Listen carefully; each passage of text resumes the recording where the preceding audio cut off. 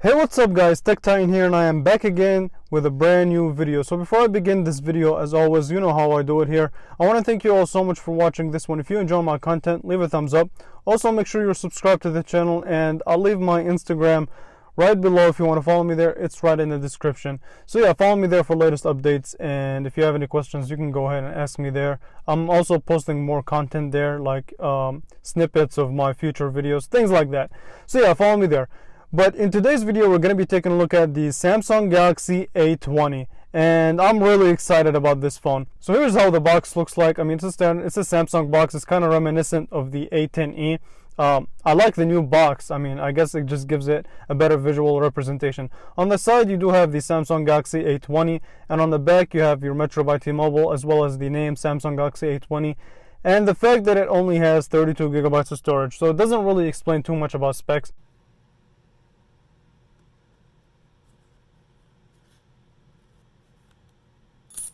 So once we slide the box out, it's a similar unboxing experience to the Galaxy A10e.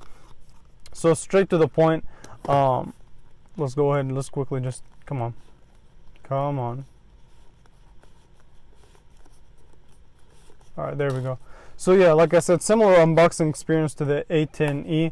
And just pull the tab out and bam. So you get, the first thing you get, of course, is the booklet, and you know, it has your warranty information, your starter guide, and all that stuff.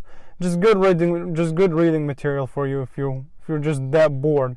So yeah, your reading material, throw that to the side. We don't care about that. And we get the phone itself. So it's definitely bigger than the A10e. So let's put it to the side. So we also get the wall adapter, which does have the sign that it does support quick charge via USB-C. So a black adapter, cool. And we also get your USB Type A to USB Type C. So nice. So this phone is certified USB-C. Thumbs up for Samsung for doing that. And your SIM removal tool, of course. Okay.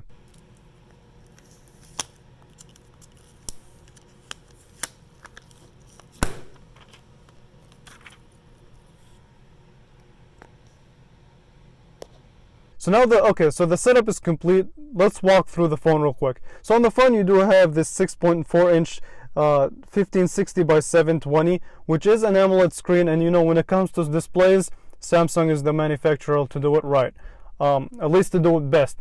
So yeah, nicely, it's a nice screen. It's a nice AMOLED screen. However, it's not as sharp as a 1080p or a QHD display. So keep that in mind. So also on the front of the phone, you do have your 8 megapixel selfie camera, and this phone does support the 18:9 aspect ratio. On the bottom of the phone, you have your 3.5mm headphone jack, your USB-C, a microphone, as well as the speaker. And I will be talking about more. I will be doing more tests in my review. So make sure you're subscribed. Stay tuned for that. And yeah. So on the back of the phone, you do have a dual camera setup with an LED flash. So one of the cameras is a wide angle lens, the other one is standard. So it's a 13 megapixel standard and an 8 megapixel wide angle and a 5 megapixel ultra wide angle lens. Okay. And you also have your fingerprint sensor as well as your Samsung logo. And they do try to replicate glass in this design, but it is plastic. Hey, they do a pretty good job in the budget world. Okay. On the right hand side, you have your power as well as your volume up and down, and they're really tactile and they're nice. So I'll give also a Samsung thumbs up for that. And overall, as far as the processor goes, this phone does have an Exynos chip. It's an Exynos 7884, and it is a 14 nanometer architecture, as well as the Mali G71 as for GPU. And it does have 3 gigabytes of RAM, and like I said in the beginning, 32 gigabytes of storage. So performance should actually be pretty good on this phone. But as far as this unboxing goes, so like opening things up like the phone app, the messaging app, it's all pretty smooth. Okay, as far as the camera goes, so if we take a look at the camera interface, it is a standard Samsung camera interface, and you do have the option to switch between the standard lens and the wide angle lens. And having a wide angle lens on a budget phone, it's a first for me, especially a phone this price.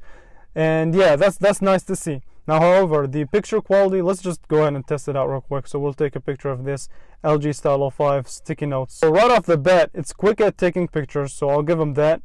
As far as quality goes, from what I see, let me just go ahead and quickly turn up the brightness real quick so I can look at it better. All right. So from what I see, it's a pretty good picture, but I can't just make a full judgment just by taking one picture. So I'll definitely, I mean, it's detailed, but I'll definitely do more in-depth camera reviews. So subscribe and stay tuned for that also. One thing I also like is that when you put the phone to sleep and turn it back on, the wallpapers do change. I think that's pretty cool and neat. And the wallpapers actually look pretty good. I like them. So yeah. And yeah, that's pretty much it. I want to thank you all so much for watching this one. If you enjoy my content, leave a thumbs up. Also, make sure you're subscribed to the channel. And I will definitely catch you guys in the next video. Thanks for watching.